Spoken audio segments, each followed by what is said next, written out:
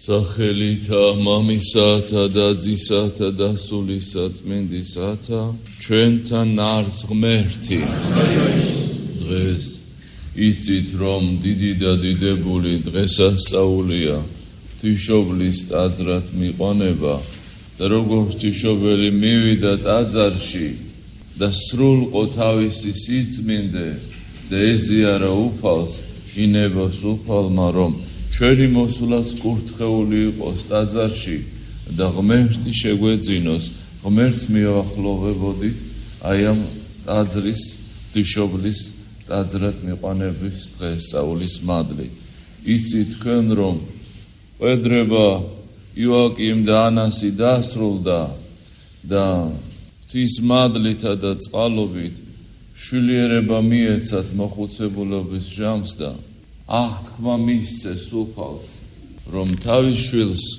მას მიუძღვნიდნენ მას შესწირავდნენ და ეს ყველაფერი ჩვენ ვიცით იაკობის სახარებიდან მართალია ეს სახარება აპოკრიფულია მაგრამ რამდენიმე ადგილი აქედან შეწყნარებულია ეკლესიის მიერ და გვეუბნება პირველი ევანგელისტი ასე ვთქვათ რომ როცა 3 წელი შეუსრულდა ყოვლადწმინდა ღვთისმშობელ დედას ნაზარეთიდან დაიძრა დიდი პროცესია ახლობლები ნათესავები ყოვლადწმინდა ღვთისმშობლისა დიდი თუ მცირე შეიკრიბნენ წინ მიუძღოდნენ ანთებული ლამპრებით ქალწულები იერუსალიმის დიდებული ტაძრისაკენ გაემართნენ 3 დღე იყვნენ გზაში და უკვე მესამე დღეს განთენდებოდა და მიუახლოვდნენ ტაძარს და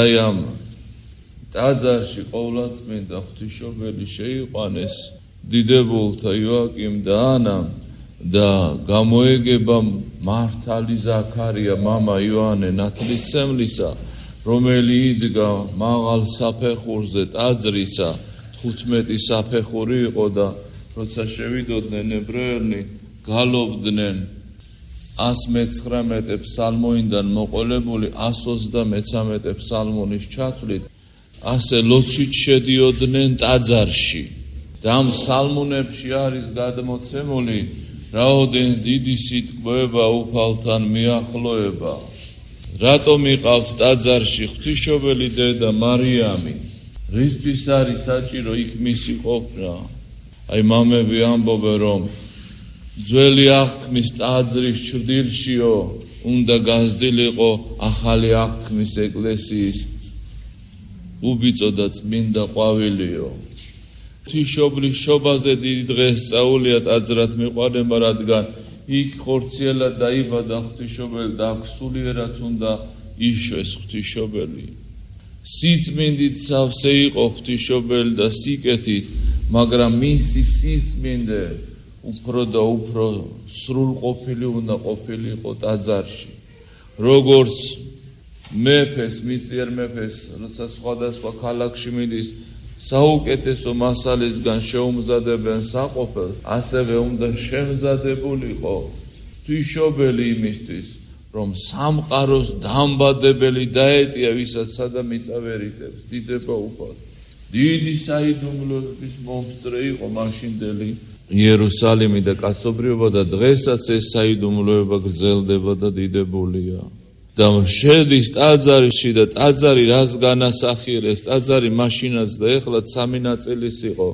წმინდათა წმინდა წმინდათა და ეზო და ეხლაც ესია წმინდა საკურთხეველი შუა ტაძარი და სტოვა ესე იგი წმინდათა წმინდა საკურთხეველი განასახიერებდა ზეცას შუა ტაძარი მიწას და სტოვა სადაც დასჯილები დგებიან ხომ ეპიტიმირები განასახიერებდა ქვესკნეს და ამით აჩვენებდა რომ სამყაროში შემოვიდა ახალი ევა სამყაროს დედოფალი მოდის რომელსაც მოყვება ქრისტე ახალი ადამი და მამები ამბობენ რაოდენ მნიშვნელოვანი იყო ეს ღვთისმშობლისათვის კი მნიშვნელოვანი იყო რომ ისი გაზრდილიყო და მომზადებულიყო უფლის მისაღებად და რაოდენ ჩვენთვის არის მნიშვნელოვანი ტაძარი ტაძარში ადამიანი განიწმინდება განათლდება და მესამე არის ეზიარება ღმერთს.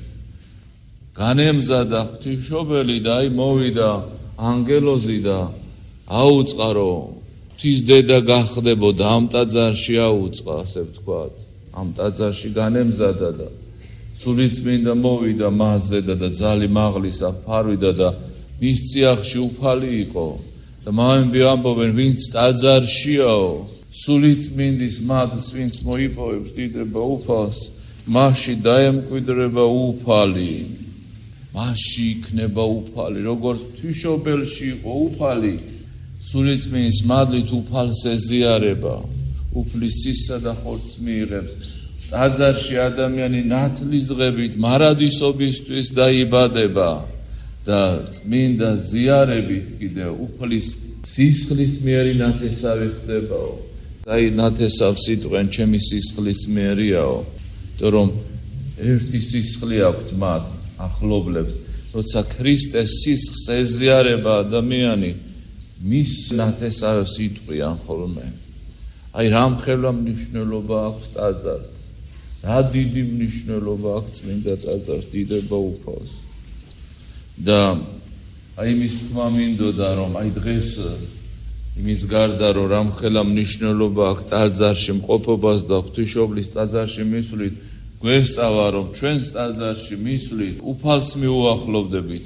თუ ღვთის სიტყვას მოვისმენ და დავიმარხავთ, აი დღეს სახარებაში აღმოვიკითხეთ რომ მართა და მარიამთან მივიდა და მარიამი ლაზარეს დებთან და მის ფერხი დადგა და მართა მიმოდა ზრუნვიდა მრავლისათვისო და მოვიდა და ეუბნება რომ უფალო, ჩემმა და მარტო დამიტევაო და უთხარიო რომ შემეწეოდესო და უფალმა უთხრა მართა, მართა, ზრუნავ და შფოთყარ მრავლისათვის. აქა ერთი საართ სახმარა მარიამ კეთილი ნაწილი გამოირჩია, რომელი არასადა მიიღოს მისგან. აი ესე ჩვენ ხშირად შფოთავთ მრავლისათვის და ამ დედამიწაზე, ამ სამყაროში ერთი რამ არის სახმარი, ერთია მნიშვნელოვანი უფალი. მარიამმა უკეთილი ნაწილი გამოირჩია. და მე აი იქვე წავიკითხეთ რომ ეუბნებია რომ გეძახისო შენი დედაო, შენი ძმები აქ არიანო და არა უფალი ამბობს, ნეტარია ის ვინც ისმენს და ანუ რაჩვენა რომ ყველაზე მეტად ღვთისმშობელმა დედა მოისმინა ღვთის სიტყვა და დაიმარხა. აი ვინც ღვთის სიტყვას მოისმენს და დაიმარხავს, ანუ მითი ცხოვრებს, ნეტარება განეკუთვნება, როგორც ღვთისმშობელს განეკუთვნა ნეტარება და რომ მიიყვანესო დაუბრუნდეთ ხრობა, დგას ტაძარში და 15 საფეხურია მის წინ და საფეხურის თავზე დგას ზაქარია, დიდი და დიდებული მღვდელმთავარი და მტრედივით აჰფრინდა, დაუხმარებლად ავიდა 3 წლის ამ საფეხურებზე. და იმამებიც ასე ამბობენ, თუ უფალს მოусმენთ და უფალს გავყვებით, ჩვენც ესე ავალ სიწმინდის საფეხურებზე და საწაიყვანა გამონაკლისი მოხდა, გაუგონარი რამ მოხდა. ღვთისმსახურნი ჯერ მარტო ლევიანნი იყვნენ, ისეც მამაკაცნი და წმინდათაშში მხოლოდ შედიოდა არონის მოდგმიდან, მხოლოდ მღვდელმთავარი და ღვთისმშობელი შეიყვანეს. იქ დაემკვიდრა და იქ ლოცულობდა ხოლმე ჟამით-ჟამს. გამონაკლისი მოხდა, გაუგონარი რამ და ვერავინ წინ არ აღუდგა მას. ღვთის დაშვებით მოხდა, წმინდათაში გაიზარდა ღვთისმშობელი. და ესევე უნდა იყოს ადამიანი ტაძარი სულისა წმინდისა.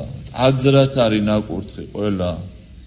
და როგორ გახდება ტაძარი, თუ ის იქნება ღვთის სახლში, თუ უფლისას მოისმენს და დაიმარხავს, ისიც ტაძარი გახდება. აი ტაძარი ნახეთ, ზეცამდე აღწევნილი და მამები ამბობენ ესეცო მთელ კაცობრიობას განასახიერებს, ქრისტიანებს განასახიერებს. გუმბათის სიახლოვეს ვინც არისო, ის ყველაზე ახლო მდგარი, ის აგურნი ხო მაღლა არის.